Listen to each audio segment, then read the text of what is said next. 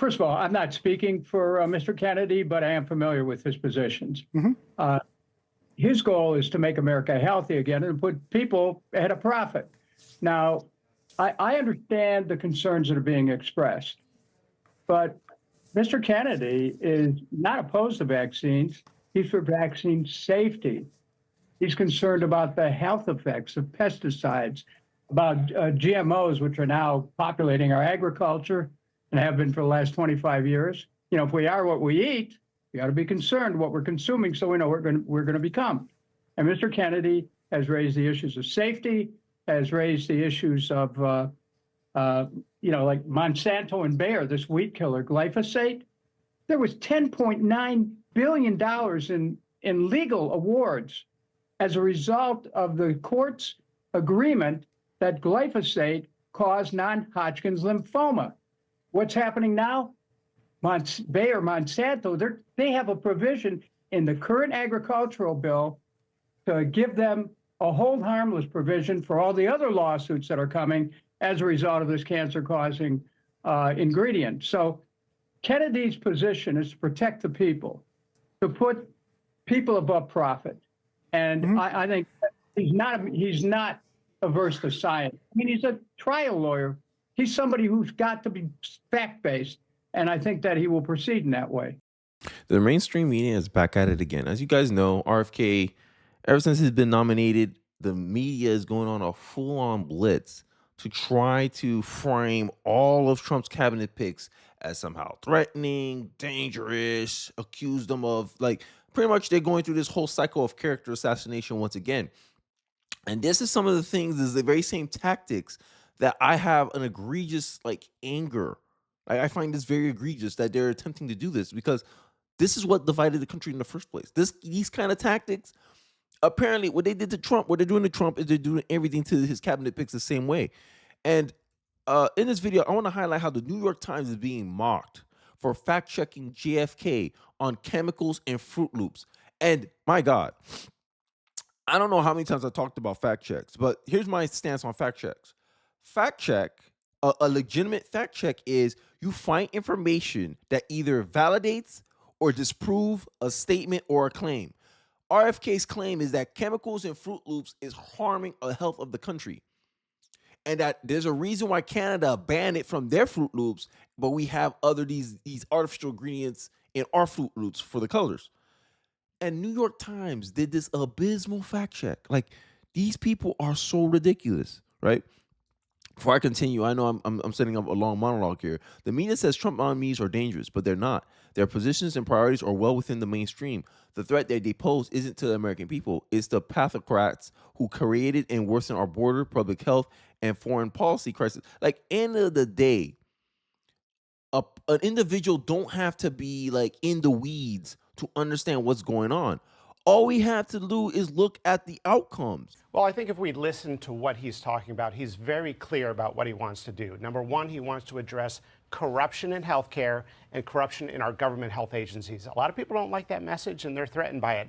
Number two, he wants to get back to evidence-based research, and he wants to fund research that's going to answer the big questions of our day. And number three, he wants to address the child chronic disease epidemic. A lot of people are concerned. Food supply is poisoned and kids are growing up in a toxic milieu, and we're drugging kids at scale as the American Academy of Pediatrics is pushing Ozempic in 6-year-olds. He is talking about health and chronic diseases. It shouldn't be a political message, and I think you're seeing a lot of people unite around that message. Parents, it was effective on the campaign, and I think they're delivering on that now. I would say people should not dissect what he said 30 years ago and listen to what he's saying now. He's saying very clearly he's not anti-vax. He's not going to remove or take away anyone's vaccines. And what is scary and dangerous to health is not RFK.Jr., it's what people just witnessed. It's the food pyramid lie that's been out there for 60 years. It's the medical establishment that lied to us about opioids for 20 years, saying it was not addictive. It was the vaccine mandates, ignoring natural immunity, cloth mask on toddlers. That's what's driving a lot of the distrust of the medical establishment. It's not RFK.Jr. If you look at the path that we are on as a country, it's not a good path. We're watching so many of these chronic diseases go up. Early onset Alzheimer's has tripled. Cancer in young people under age 50 has gone up by 79%. We're looking at half of our nation's children are sick. We're looking at 40% of our nation's children now with a mental health diagnosis. 1 in 5 kids is on a medication. So what he is really focused on is this concept that we can't keep drugging our nation's children going down this path.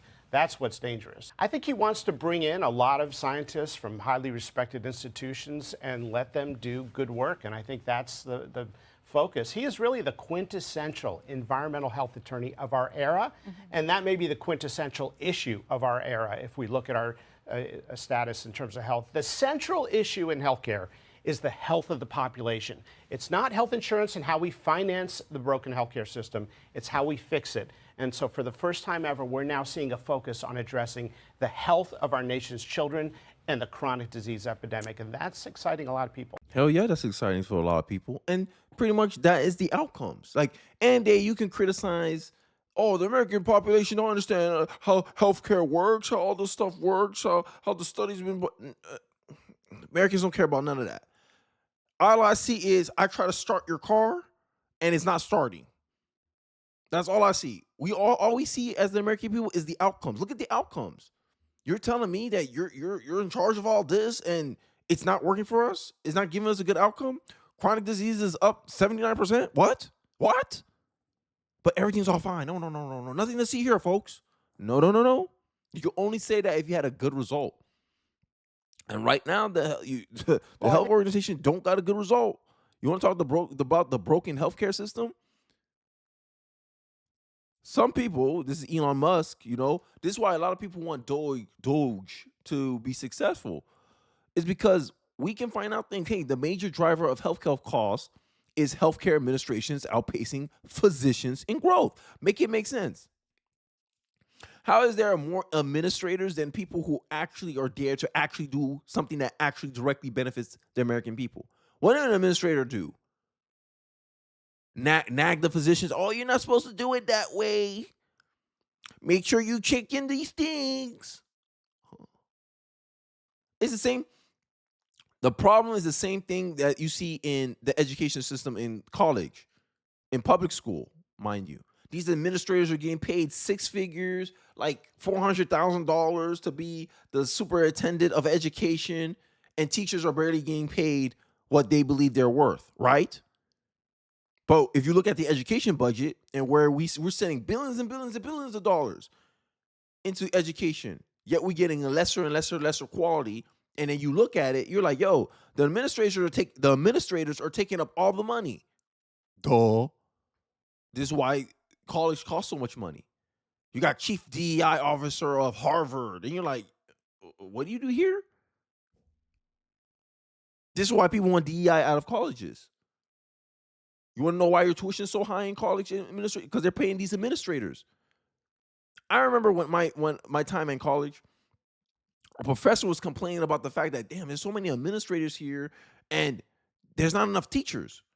And I was like, wow, that was my first hint. A college professor telling me this, complaining to me about this in one of my classes. I was like, wow, really? He said, yeah. He said, they here telling us how to do everything. He said, sorry, I don't mean to rant about my problems. Teachers are frustrated with the administrators. Yet they will do this whole big cabal. Oh my God, Trump doesn't want your kids to read. Make it make sense. But I digress. Like, these are the same people here attempting to discredit RFK, but he has people behind him.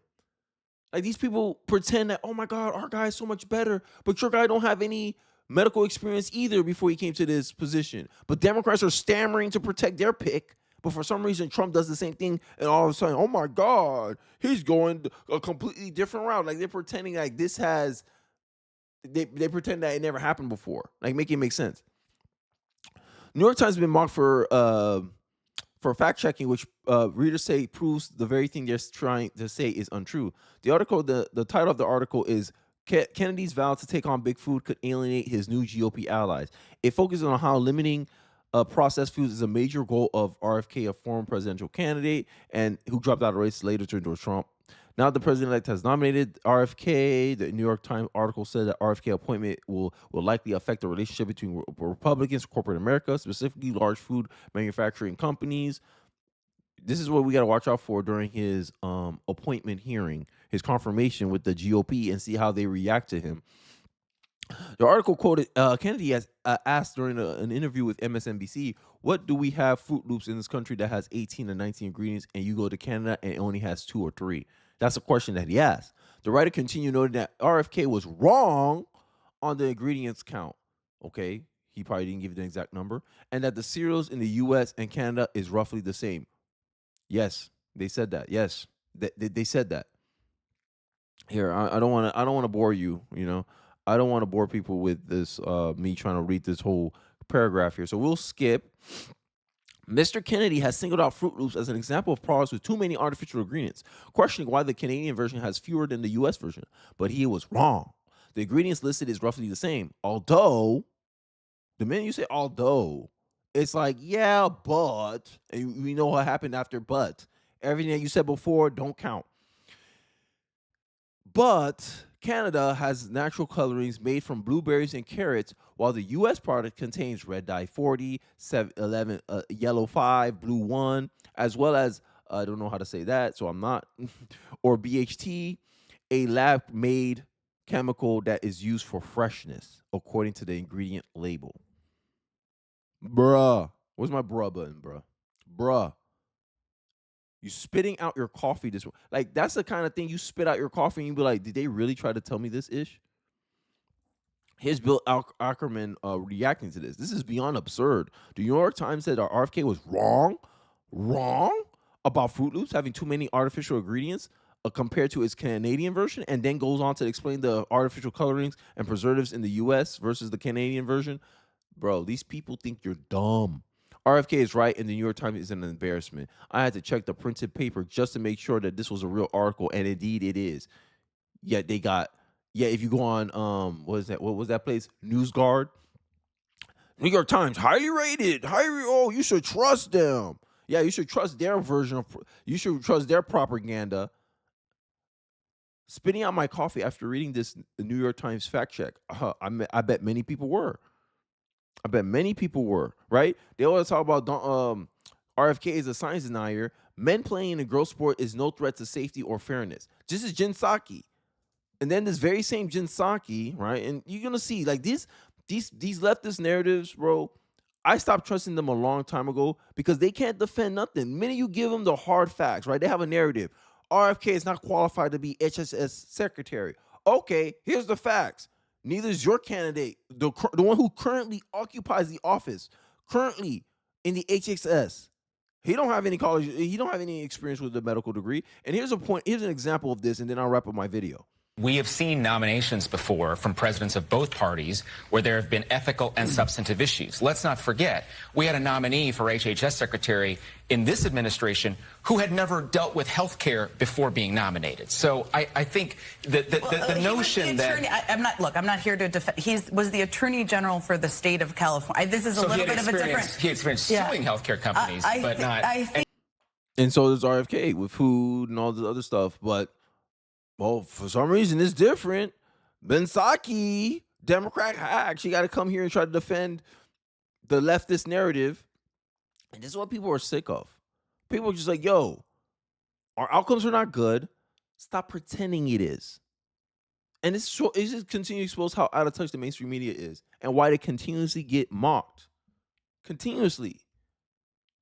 A Gold Star pollster quits after she overlooked Trump's win in Iowa. Imagine that. The Stelzer poll says she is moving to other ventures and opportunities. Trump victory made these fraudsters quit. Evidence-based approach. Let's get back to that. Instead of trying to lie with statistics, apparently. That's the charge. I showed you clips of articulated reasons why the American public does not trust our institutions anymore. Because many people in these institutions leverage their position, their status, and abuse it to push a worldview onto the masses. And we're tired of it. This is why RFK is celebrated amongst all political lines. My wife, who's apolitical, she's happy RFK. She's like, oh, good. Maybe there'll be some accountability. That's the main thing. She don't think about no vaccine denial, none of that. She don't think about none of that. She's just saying, hey, there's a person in there who's going to hold these people accountable. He has no interest in the whatever they got going on already. He's coming in to bring change because we need to change this. We just went through it. Chronic diseases are all-time high, mental health diseases, right? People are sick. We're going to hit what?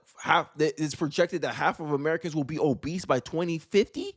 And then all of a sudden, Ozempic comes out. How convenient. People like, this is the problem that people are seeing. In the 1960s, we seen how JFK attempted to make America fit and strong. Now, many people say, oh, that was to prepare for a war and all that, whatever your reasons was. I'd rather have healthy young people with like maybe 10% obesity rate than the current rate we got going on. I think it's like 33% right now, like in the 30%, 40% right now with our obesity epidemic here. Yeah, everything's fine. Nothing to see here, folks. The outcomes are not what we want. And you're getting mad that Trump is putting someone different than what you expected it. That means, hey, he's going to bring in change, because change is always outside your comfort zone. Government bureaucrats. And I got too, I guess, comfortable with how things are. Maybe it's lucrative for you. We're about to find out. It's so revealing how the mainstream media, you can tell, hey, who pay y'all bills? When RFK pointed out, hey, pharmaceutical companies, they pay direct-to-consumer ads, and that's responsible for 75% of the media's marketing dollars that they get for the network. And you can see they're working overtime to protect this little cabal that's going on. The health insurance programs, all this stuff that makes it more expensive. I gave you one snippet into it.